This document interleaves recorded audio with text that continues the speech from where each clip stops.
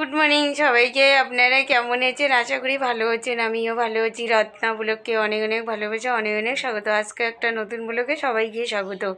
তো আজকে হচ্ছে মঙ্গলবার, জানো তো, কিস্তি টিস্তি তো আছে, আর টেনশন ভাল লাগে না। টাকার যে এতই প্রয়োজন, মানুষ খুলে জন্ম নিচ্ছি খালি টাকা টাকা টাকা, আর অভাব ফুরাবে না। তা বন্ধুরা, আজকে তো মঙ্গলবার, জানো এখন বাজে 9টার থেকে একদম আপনার সামনাসামনি এসে একদম চালু করলাম। এখন 9টার থেকে যা সমস্ত আছে কাজ সব কিছু আরও শেয়ার করবো। সারাদিনে আমি কি করি না করি সব কিছু আর কি শেয়ার করবো। তা আপনারা সঙ্গে থাকো, ব্লগটা দেখতে থাকো। আশা করি ব্লগটা ভালো লাগবে। পরে হচ্ছে আপনাদের সামনে কথা বলতে আবার, আর দেখতে থাকো কীরকম সারাদিনে কি করি না করি, কি রান্না করি না করি। মিনি ব্লগ আমার লাইভ স্ত্রী, আপনারা দেখতে থাকো, সঙ্গেই থাকো। পরে হচ্ছে আবার আপনাদের সামনে। এই দেখো, এটা আমার ঘর। দেখো ঘরটা আমার টিনের বেড়াটা ভাঙা, এই দেখো ফুটায় বেশি আর কি। এইবার বৃষ্টি এসলে যে কি হবে ভগবানই জানে।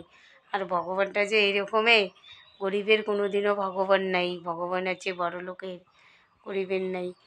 তার কি করা যাবে। তাই এখন চান টান করে আর কি পুজো টুজো করলাম, করে তারপর পল্লবী গেছে একখানে, ওখান থেকে আসবে, তারপর আর কি খাওয়া দাওয়া হবে। খাওয়া যে কী খাবো আর কও না বাবু, টেনশনে একদম মাথাটা শেষ।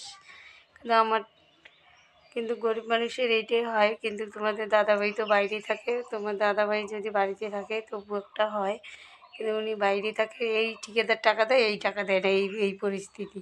আর বাইরে থাকার লোক এমনই। আর মাথাটা এতটাই ব্যথা করতেছিল, ওই জন্য আজকে মাথাটা সাবান দিলাম, শ্যাম্পু দিলাম, দিয়ে পুজো টুজো করলাম। এই দেখো আমার তুলসী পাটে ধূপকাঠি জ্বলতেছে। এখন এই মাত্র আর কি পুজো করে উঠলাম।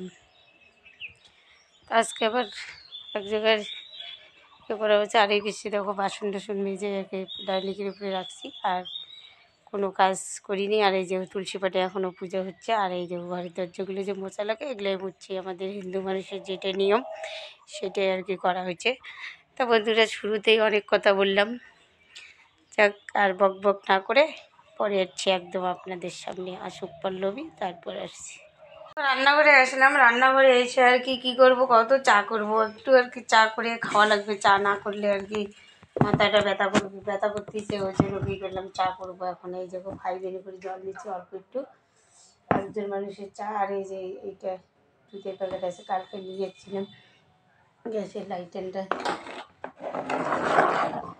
এই যে গ্যাস ধরেই এখন চা করা হবে। চা করে খাওয়া লাগবে, চা না করলে মাথা ব্যথা করে সেই। তারপর দুদিন থেকে যে কী হচ্ছে দেখো, কতগুলো ভাত আছে, কালকে আরও ভাত তরকারি সবই আছে, খাওয়াই হয়নি। তা বন্ধুরা, চাটা বসিয়ে দিলাম, চাটা হোক, তারপরে হচ্ছে আপনাদের আমার চা খাওয়ার পর তারপরে এই দেখো পান নিলাম। পান খাবো, একটু চা না খেয়ে পান না খেলে কীরকম হয়। তো একটু পান মুখে দিয়ে আর কি দোকানে যাব। দোকানে আজকে মুদিখানার দোকানে যাবো, খরচা নিয়ে আসবো। তা ওখানে তো আর মোবাইল নিয়ে যাবো না, বাড়িতেই মোবাইল দিয়ে যাবো। কিন্তু এই যে খাতা নিয়েছি, এখন যাবো ওখান থেকে খরচা নিয়ে এসে তারপরে দুপুরে কী রান্নাবাড়ি করবো এটা আর কি শেয়ার করবো। তা আমার মতো বান কে খাও কমেন্টে জানাই, যে আমি তো বান সেই খাই। আর এই যাবো দোকানে, খাতা নিয়েছি, এখন দোকানে যাবো।